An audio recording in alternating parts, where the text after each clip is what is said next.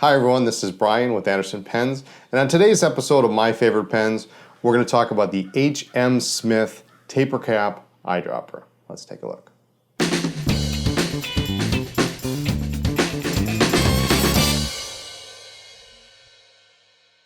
Okay, here we have the H.M. Smith. This is a Tapercap eyedropper. This is really a fantastic pen. My estimate here, H.M. Smith, they were a New York manufacturer. This pen is somewhere in the 1880 to 1890 time frame. Taper cap, and it has this snail pattern overlay. But what's really great about this is not only do we've got a clean section here for engraving, but it has this nice little ribbon that kind of swirls around the pen, and that's just really a neat effect. These are hand done, so where it overlaps over the snail pattern here, they've interrupted it nicely. And it's just really a nice pattern. Now there are no marks on this pen, but just based on the style, we think it is an H.M. Smith. I bought this at auction a number of years ago, and what was interesting about the pen at the time is the feed was not present in the pen. Now, as you can see, this is an overfeed. This is what you call an overfeed and an underfeed. So sometimes you find overfeeds without underfeeds. Sometimes most people are familiar with just an underfeed, but every once in a while you come out with an over and underfeed to help regulate the ink flow. With the taper, when we put it on the back here, this becomes very similar to a desk pen.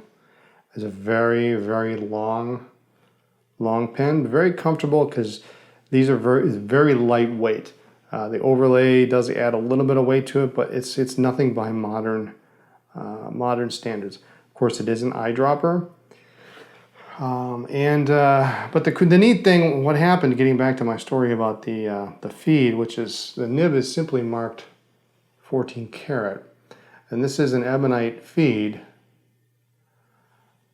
I won the pen at auction, and after I looked at it for a little while, I noticed I was shaking the pen and it was rattling, and sure enough, I opened it up inside, and the feed that everybody thought was missing, and this would be really hard to replace, was just inside the barrel. So a little bit of finagling, and this actually the nib just slips in between the two parts of the feed, and you put it back in the section, and that's all there is to it.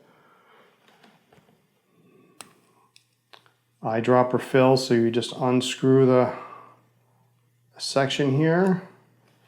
The feed is very long, so it's unbelievable that this feed was not seen. Fill it up with an eyedropper. Put a little silicone maybe on the threads here, screw it back in, and we're in good shape. This pen has a number of things that just fascinate me about vintage pens. Number one being the taper cap. Taper caps are very, very hard to find.